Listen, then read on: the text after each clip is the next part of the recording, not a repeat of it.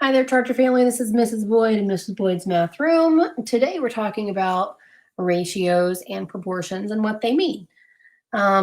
They can be written, first of all, in three ways to show their relation to each other. A to B, the little colon there, we say A to B. We could say that's 3 to 5. We can also say it's A over B, 3 out of 5. Or A to B written out in words, we can say that 3 to 5. There are 4 ways to determine whether two ratios form a proportion. Way number 1, well, do the ratios 3/5 and 21/35 form a proportion? Strategy number 1, common multiplier. What do we multiply 3 by to get to 21? We multiply by 7. What do we multiply 5 by to get to 35? We multiply by 7 again.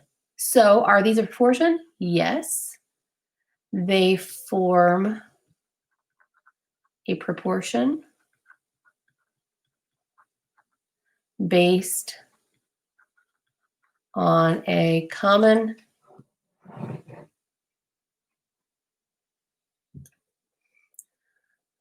cat intrusion multiplier of 7.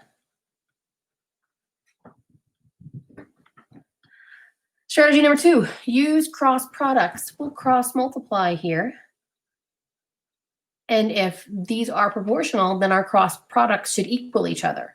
So we'll do 3 times 35, and that might equal 5 times 21. Well, 3 times 35 is 105, and 5 times 21 is also 105. So yes, these are cross products. They form a proportion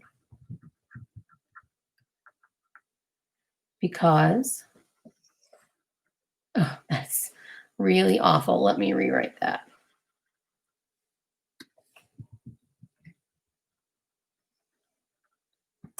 Because the cross products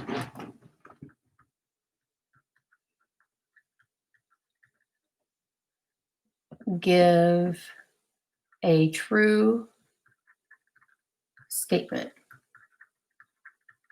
So it would be no if our cross products were not equivalent. Strategy number 3, simplify the ratios. 3/5 we can't simplify, it's simplified. 21 over 35, I can divide the top and the bottom by 7 and get 3 over 5. So yes, they form a proportion.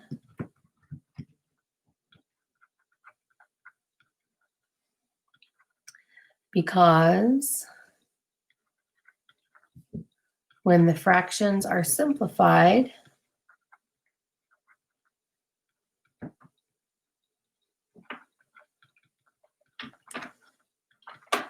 they are equal.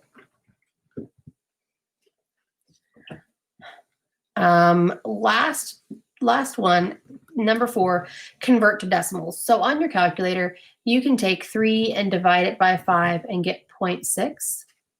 And we do 21 divided by 35 on the calculator, and you also get 0.6. So yes, they form a proportion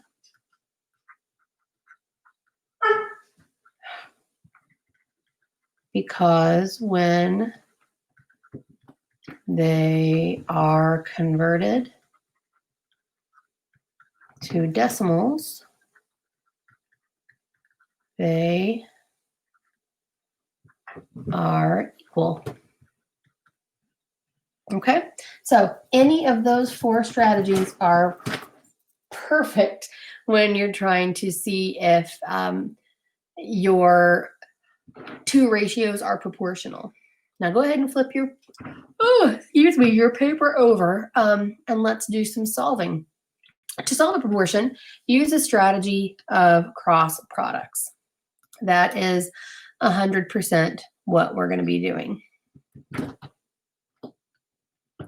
So cross products, we'll take 5 times 9.6 and 6 times x.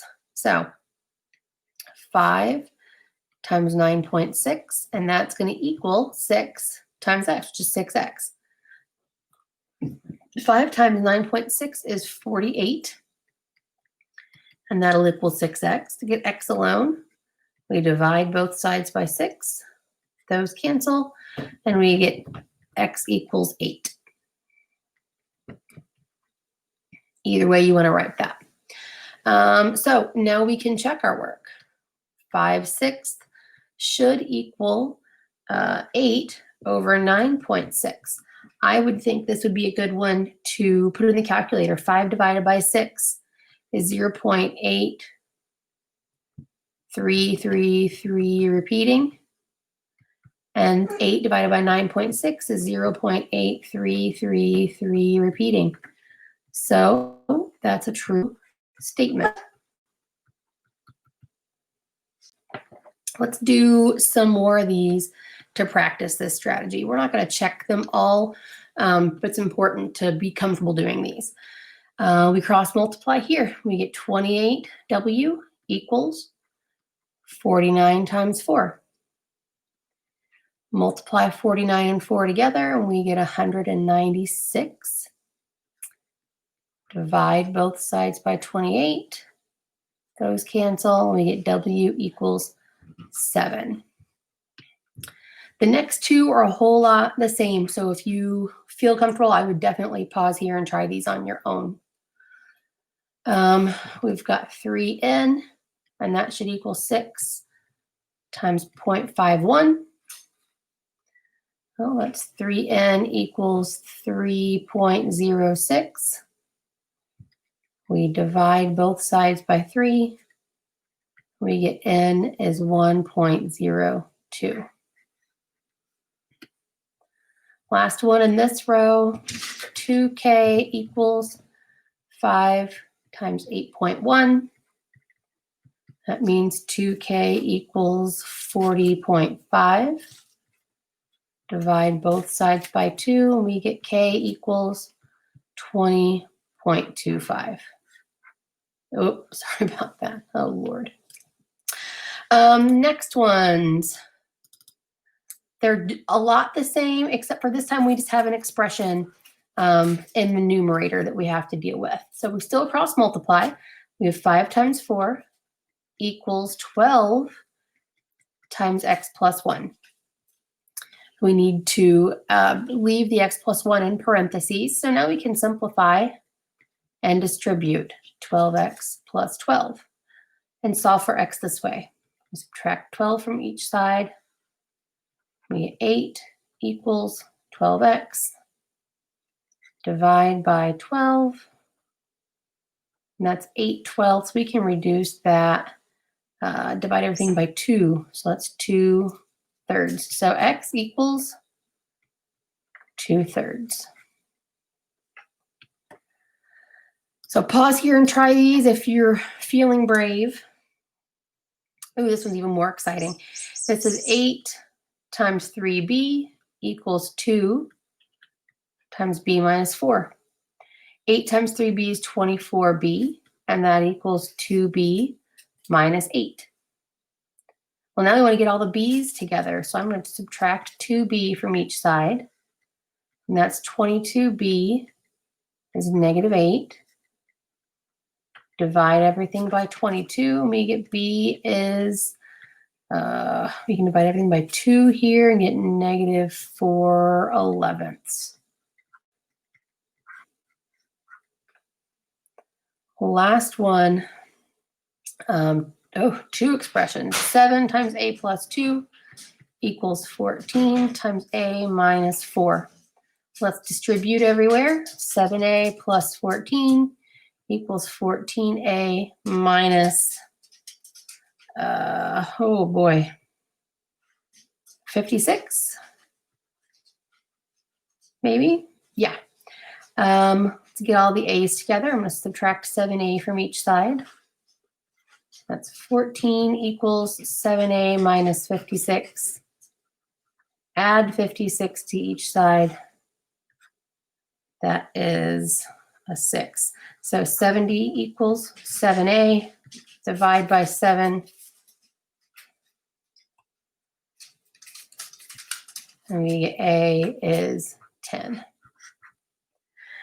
This should be a real good review for you from things that you've done in the past. I hope it makes all sorts of sense. Please reach out if you have any questions, and I hope to see you soon.